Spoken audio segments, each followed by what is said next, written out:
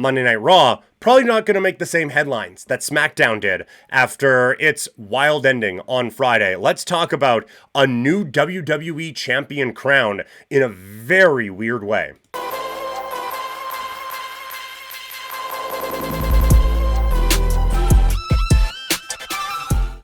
So, didn't see it coming. Drew McIntyre, new WWE Champion. Really did not see that coming at all. There were so many times where it felt like this could be the big moment for Drew.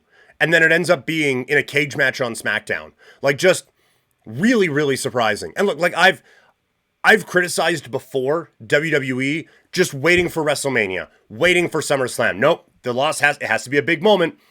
And so you make all the other events just seem like they don't matter. So I'm not going to criticize doing it on a random SmackDown overseas. I found how they did it strange. I am surprised at the timing of it as we head into Royal Rumble WrestleMania season. I'm intrigued as to where you go now, but I was so caught off guard with all of it. The ending was really strange to me. Fatu comes out, and admittedly, one of the reasons I'm late on the stream is that I hadn't watched yet. I'm busy with hockey all weekend. And so I watched it today before I watched on Raw and tried to catch up on everything. I knew Drew won. And when Fatu came out, I was like, oh, this is going to be like a Big Show thing where Fatu like slams the cage door on his face and he just kind of falls out of the ring and he ends up being the champion. Like, it's going to be something like that. But for him to just go in and just start attacking Cody out of nowhere, it almost like it got to the point I was like, did Jacob Fatu just join Drew McIntyre? Like, is that what we're doing here? Like, what is this that's happening right now? So I didn't understand it at all. I thought it kind of made Fatu look kind of bad, to be perfectly honest with you. To kind of help your forever rival right now get a championship win was just okay, I guess. So I didn't think it made him look great. I think it's a very interesting way for this particular character to win a championship, because Drew has so often been the I've been screwed guy. The world is out to get me. Why does everyone hate me? Why is everything always working against me? And now he gets a fantastic break by someone who was at one point loosely associated with the bloodline, to be able to get his championship win. So I'm interested to see how that character now kind of spins that.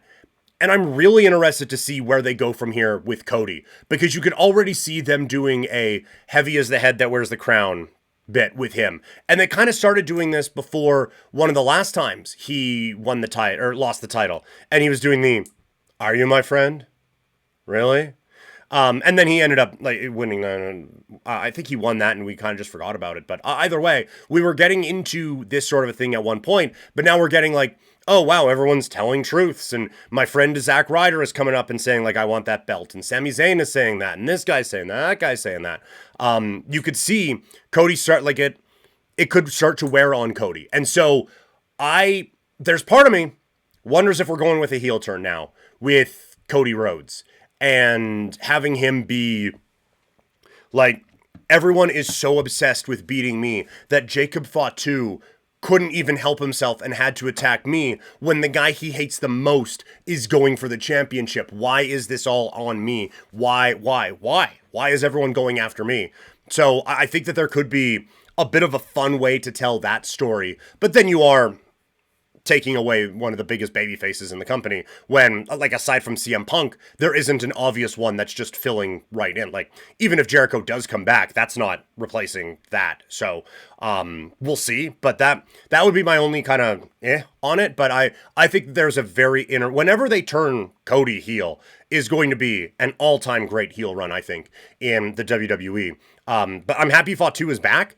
I want to see where they kind of spin this one from here. Overall, like, I don't disagree with the decision of going with Drew McIntyre as the WWE champion. I think it opens up a number of challengers that haven't had an opportunity to challenge for a bit, because you went from Cody as the champion, big babyface, obviously, and then John Cena, and there are but so many... knocking things over.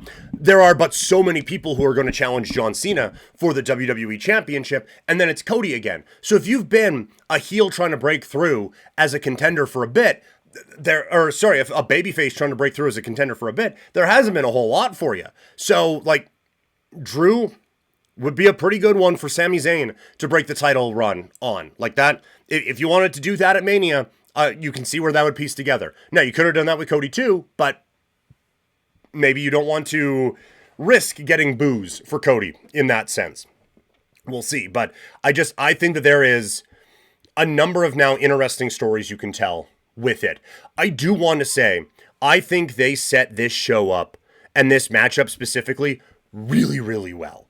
On the night, that is. Like, the build-up with the attacking him at home, and then the 3 stages at Hell, one of them being a Falls Count Anywhere match, like, that didn't really get the ooh that I thought it was going to from me. But then you go out and see how they kind of put it together that night, and I thought it was really effective. I thought they did a good job throughout the night of saying, like, this is the thing that is happening. And then it's commercial free for the last hour. And they do a big video package. And then all the hype in the world and all the credit in the world. I thought Joe Tessitore and Wade Barrett absolutely crushed it on commentary for this one. They made it feel like a classic. They made it feel like a gigantic deal.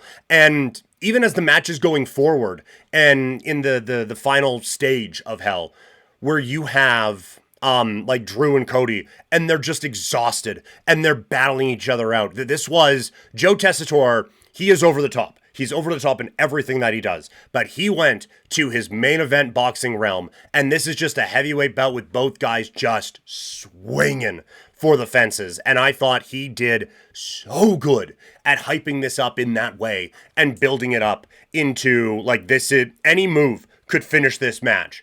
I just thought, like, the night of the build was spectacular. And by the time we got to that third fall, it felt like we were watching the biggest goddamn thing you've ever seen on television in your life. So credit to them for how well they kind of hyped that up as well. As far as the rest of the show, it was all right. Like, 3 hours is a grind on SmackDown right now. I like that there are fresh faces involved, at least. That's good. Jordan Grace will be interesting, I think, on that roster. Trick Williams, the stuff with him and Randy Orton, I thought was chef's kiss. Like, there's a bit of a disparity there, but one guy's a 14-time champion, and the other guy made his debut 25 minutes ago. So there's gonna be, but Trick didn't seem too out of place in that. And then getting a good spot with Rey Fenix, who I wish was getting a little bit more, but beyond the point right now. I thought a good match there. I thought a fine open challenge with Carmelo Hayes and Shinsuke Nakamura. The one thing, like the MFTs versus the Wyatts, like, A, it went too long. B, it's just not good. And now you're doing the thing in wrestling that I hate, where you're now trying to go with, like, the disrespecting something just for shock value because you don't have anything else. So you have a bland story, and now to try to rev it up, you are revving it up with something that this story does not deserve, with Solo taking runs at Bray Wyatt. Like, that should be a pretty untouchable thing, unless, like, this is, like, Solo is now going to go win the Rumble and do that. Like, if we're hyping him up for that, then okay. But otherwise, like, it's not enough. This feud is not enough to justify taking runs at the memory of Bray Wyatt. So that's the one thing I don't really love about it. But like, SmackDown will come around, I think, with a few of the fresh faces on there and everything like that. I think it's gonna take a little bit of time. But am I wrong? Like, did SmackDown hit it out of the park again this week? And what are your thoughts on the WWE Championship change with Drew McIntyre, now the man in charge, as they head into Scotland? So let me know in the comments or in the chat what you guys think of that.